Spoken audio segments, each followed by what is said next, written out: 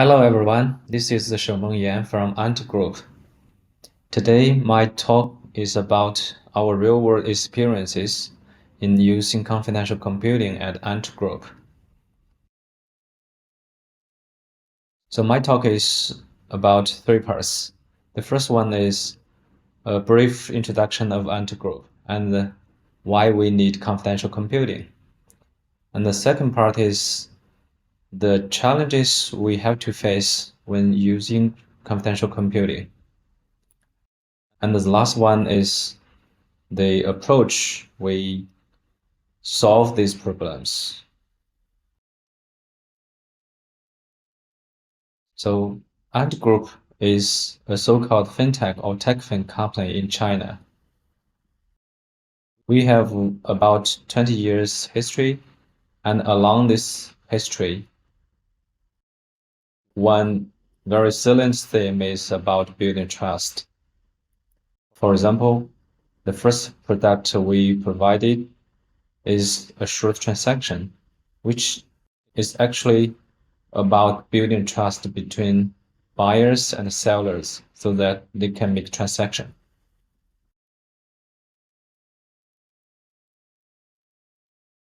So why we need confidential computing? The answer is actually very simple. We need confidential computing to continue to build trust of users, partners, and regulators. Data is very important for us. So we deployed a lot of security measures to protect the data. For example, we deployed traditional access control measures. We also deployed the very new technologies like secure containers or sandboxing containers. For example, we deploy kata containers and divisor containers. But the sandboxing containers only protects from one direction. That is to prevent the application from attacking the host operating system. But in the other direction, we also need to protect the application from being attacked by the host operating system. So how can we do that? The operating system is very privileged software. And also we need to protect the application from being attacked by the person who have physical access to the machines. For example, the system administrators. How can we do this? Well, so this is where confidential computing helps, because confidential computing has a very strong threat model. In that model, the privileged software like operating system or even the person who have physical access to the machines are not trusted. So confidential computing can help us to offer the other directional protection.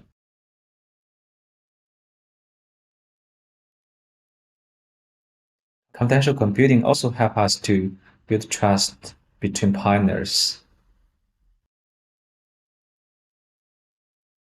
We all know that today's artificial intelligence requires a lot of data to train the AI models. But the reality is that each party has very limited data. If the data from different parties could be aggregated and be used to train the AI model together, then we may have some more intelligent AI, right? So that's very desirable, but the parties in reality may be distrusting with each other because they may be competing with each other in some business, right? So how do we make them to collaborate And also at the same time, they don't trust each other. So with confidential computing, we may be able to do this because confidential computing gives us a trusted third party. So if we have this trusted third party, and every other party can upload their data to this trusted party, and then do the computing inside the confidential computing environment. Confidential computing may also help us to offer a better value chain, which is based on blockchain technology. The blockchain technology already gives us a very good ledger to record every transaction. But because the value chain is processing very sensitive transactions, a transaction may be about, I transfer some money to you, and in this case, we don't want any other people to know the transaction between us, right?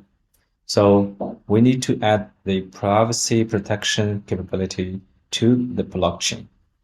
So here, confidential computing can also help us to do this. Another perspective is about the regulation. We know that Europe already has the GDPR, and in China, we will also have the personal information protection law in very near future. So for us, it is very important to be legal compliant, and the confidential computing can also help us to achieve this goal. In this page, I would like to summarize the relationship between confidential computing and other privacy-preserving technologies. So here we have TEE, which is the cornerstone of confidential computing, and the HE, it stands for homomorphic encryption, and DP stands for differential privacy, and MPC, which stands for multi-party computing. In this picture, we can see that TE performs very well in all three perspectives, which are security, performance, and utility. Other technologies may perform well in one or two perspectives, but perform not so well in other perspectives. So we think that TE is more balanced and more practical.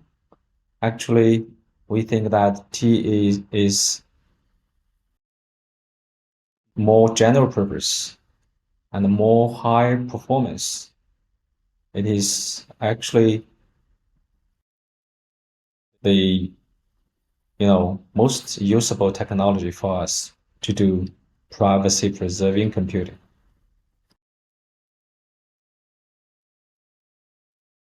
Okay, now I would like to discuss some challenges for us to use the confidential computing technology. We realize that confidential computing is not really easy. First of all, the confidential computing gives us a very limited or restrictive environment. In this environment, we don't have a very natural programming model. Currently the programming model requires us to divide or partition our application into different parts, and we need to carefully design the interfaces between these parts.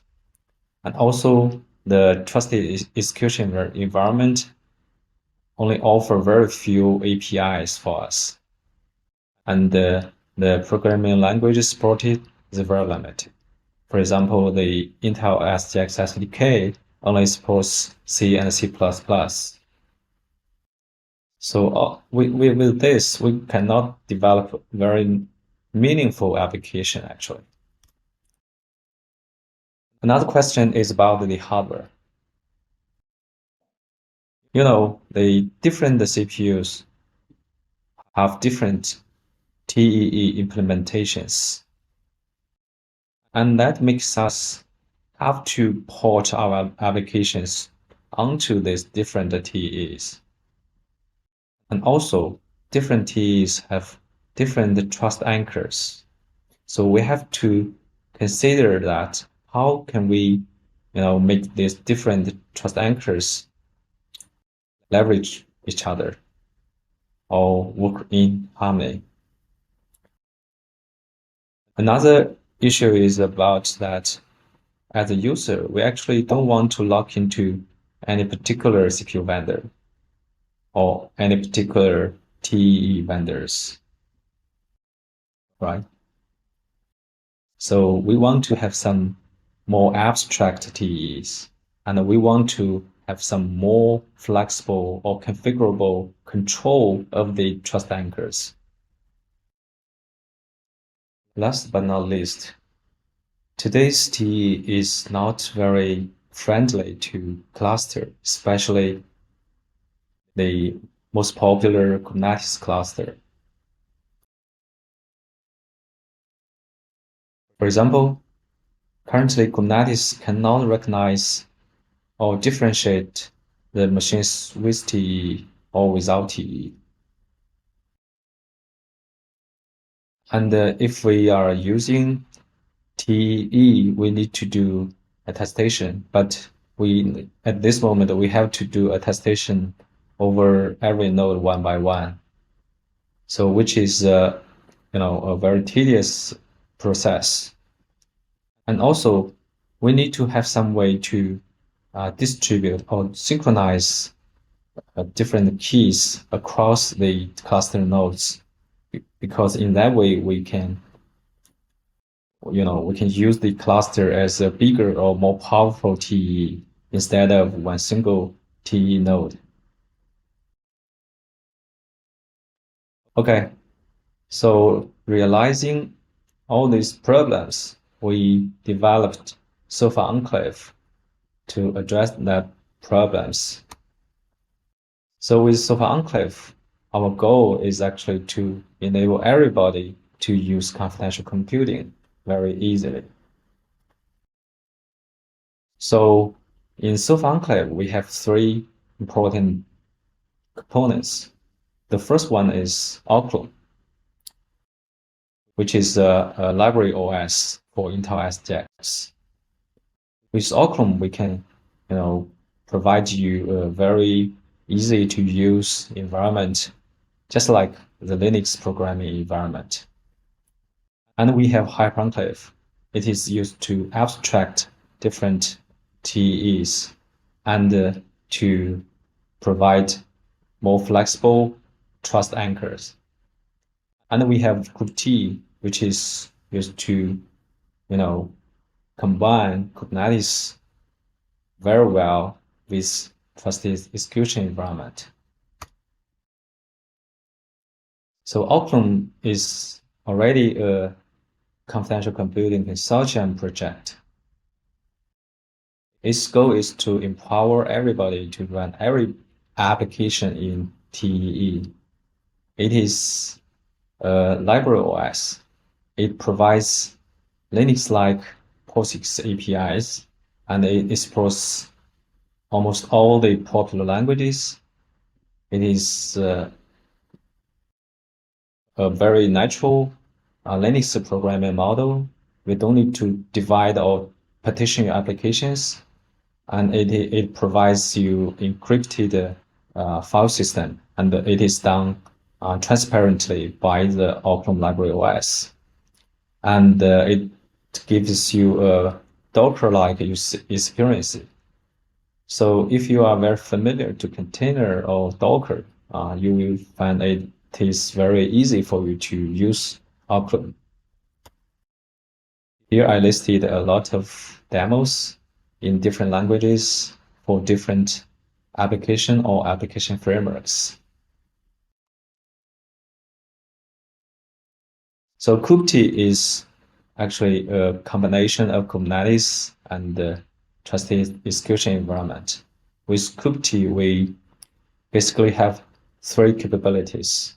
The first one is that we developed a Kubernetes device plugin so that the Kubernetes system can recognize the TEE machines.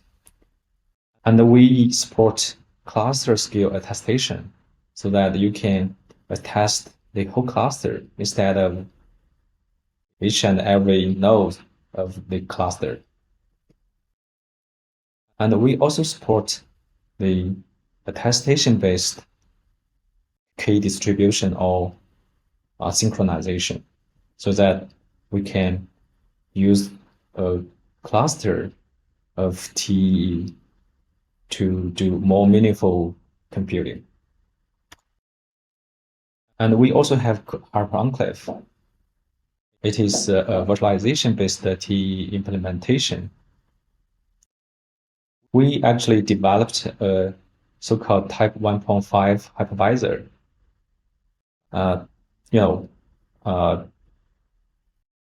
We know that the Zen is a Type 1 hypervisor and the KVM is a Type 2 hypervisor. Our hypervisor actually boosts like KVM, but runs like Zen, meaning that it will boot together with the Linux operating system, but after that, it will demote the Linux operating system so that the Linux runs in a guest machine. So this is the reason why we call it Type 1.5. So our trust anchor could be configured to use some external trusted platform module, and the module could be, certified by some, more authoritative authority. And also we can use the hardware capability to do memory encryption. So in summary, Hyper-Enclave provide you a very flexible trust anchor, and also it can support existing software ecosystem. For example, we can support Open-Enclave and even Intel SGX SDK. And also, our hypervisor is actually formally verifiable, meaning that we can prove that our hypervisor is confidential and integrity protected. Okay, so Hyper-Enclave, Crypti, Auckland, these three components form our so far Enclave's confidential computing stack. And all the TEE related services and products are using Sofa Enclave stack at Ant Group. So here I would like to summarize the talk. So firstly, we think that confidential computing gives us a very good tool to enable us to continue our trust-based business model. And secondly, we realize that confidential computing is not very easy to use. And lastly, we developed Sofa Enclave confidential computing stack. And with that, we actually made confidential computing much easier. We believe that only with the community efforts, we can make confidential computing real and promising. So we would like to have more collaboration with the community. And if you are interested in anything I just discussed, please feel free to reach to me.